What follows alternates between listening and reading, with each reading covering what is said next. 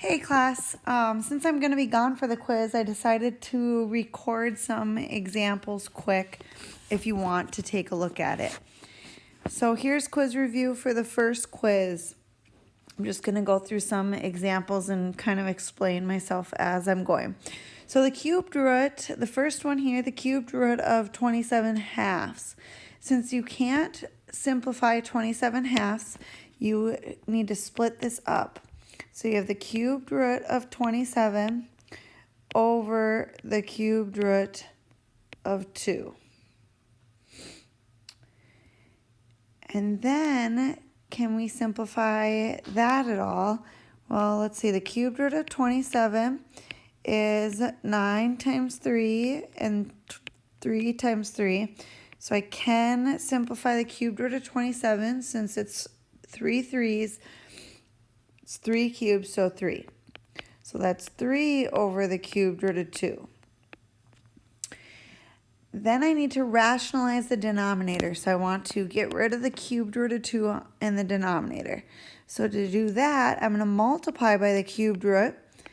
And I have 1 2 right now, so I need 2 more 2's. So just like I simplified the cubed root of 27, you need 3 not 3 of the same thing to make a perfect cube.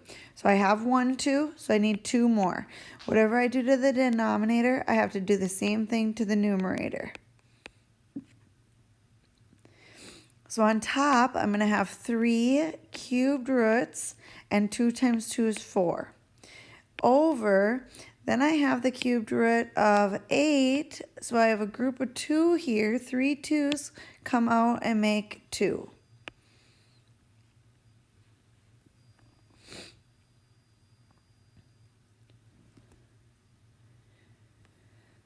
All right, my next example, I have a cubed root of 2 and a cubed root of 8. Excuse me. Since they are both cubed roots, the index is the same, you can multiply them together. So you could say this is the cubed root of 16. Or you could leave it as the cubed root of 2 times 8, because then you want to break it down. 4 times 2, because we want to write it in simplest form. And for a cubed root, you need a group of 3. So 3 2's make a perfect cube. So I can bring the 2 outside. And then cubed roots, this 2 is left inside. So 2 cubed roots of 2 is my final answer there. So that works if any of the roots are the same. So like if you have the 5th root of 2 times the 5th root of 7, that's the 5th root of 14. So you can combine them if the roots are the same like that. You multiply the inside. If I just want you to simplify a root, like if I have the 4th root of 48, x to the 4th, y to the 5th, I want you to factor tree it and simplify it. So 48 is 24 and 2, 6 and 4, 2 and 3, 2 and 2. Since it's an index of 4, 4th root, you need a group of 4. So I do have one group, 4 2's. So 4 2's, that's 16. The 4th root of 16 is 2. So the 2 comes out on the outside. And then the 3 will stay inside. Then I have 4 x to the 4th and then y to the 5th. I can take out a group of x's, so that'll come out with the 2. And I can take out one group of y's as well. Then I have the 4th root of 3y, this 3 and this y left in. So that's how that one simplifies. If it's a square root, you need groups of 2. So the square root of 8, for example, is 2 square roots of 2. If it's a cubed root, you need groups of 3. 5th root, you need groups of 5, etc. to make the perfect cube, the perfect 4th, etc. All right, evaluate the expression, rewrite as a root, and show your work for simplifying. So basically, I want you to tell me what 8 to the negative 2/3 equals to without a calculator. So first, since it's a negative 2/3, the negative exponent rule means, or is that you need to do the reciprocal. So 1 over 8 to the positive 2/3 should be your first step. Then to rewrite it in radical form, like if you have x to the mn power, it's the nth root of x, and then to the m is the exponent. So the n is the denominator is the radical. Excuse me.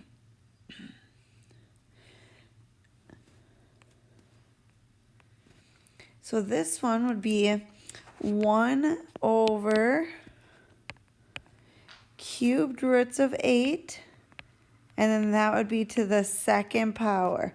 You could think of it as cubed roots of 8 squared, but I always like to do the root first to keep my numbers smaller to work with. Then the cubed root of 8 is 2, because if you break down 8, it's 3 2's. So the cubed root of 8 is 2. Then 2 squared is 4. So 1/4. Cubed root of 27, or 27 to the 2/3 would be the cubed root of 27, and then be squared. So the denominator is the index, the numerator is the exponent. Cubed root of 27, 9 and 3, 3 and 3. So 3 squared then. 3 squared is 9.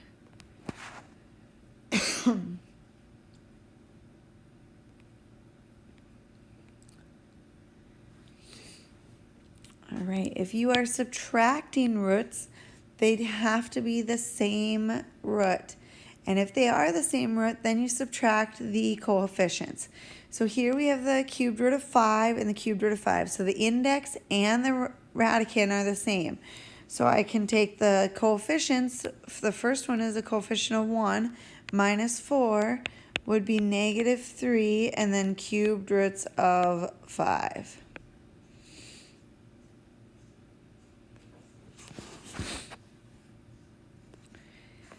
Sometimes you do have to simplify first before you can combine the roots. So that was just the homework we did yesterday.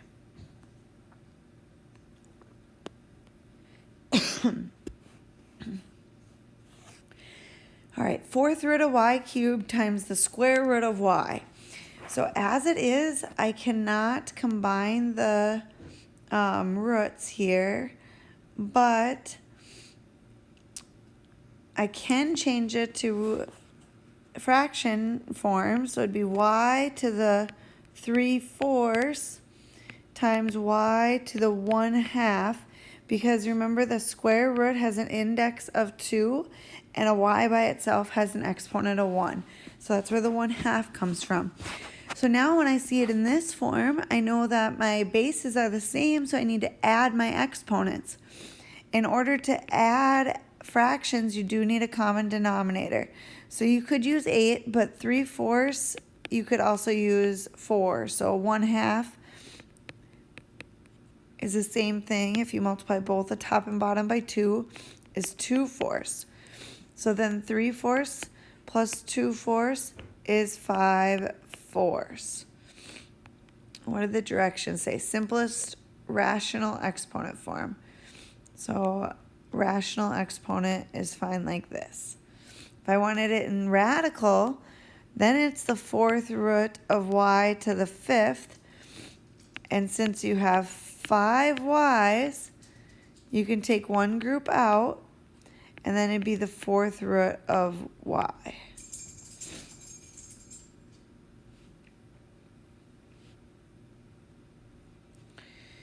Okay, so this one, first, this negative exponent in the bottom, I'm going to move that to the numerator and make it a positive 1/4. And then I'm going to combine my y's. And to combine my y's, you're going to need to add exponents. So 1/2 is 2/4 again. So I'm going to have x to the 1/3. And then I'm going to have y to the 3/4 all over x. Now I could simplify the x's, but then I would end up with x to the 2/3 on the bottom, and technically I want them to be rationalized. So this is really like the cubed root of x times the 4th root of y cubed over x. So I'd probably leave it like that. You could take x to the 1st if you wanted to combine these, and it'd be y to the 3/4 over x to the 2/3. Because 1 minus 1/3 is 2/3, and there's more on bottom.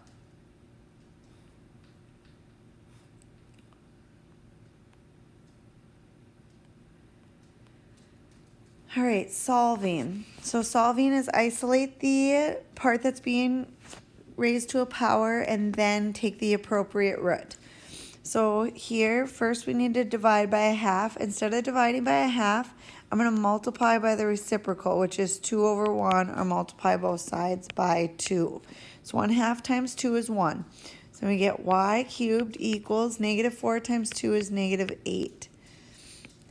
Then, since it's y cubed, I'm going to take the cube root of both sides. I'm going to get y equals cubed root of -8, since it's 4 and 2 and 2 and 2. And then to make a -8, they would have all had to have been negative. Because -2 times -2 would be +4, times -2 would be -8. So the cubed root of -8 is -2.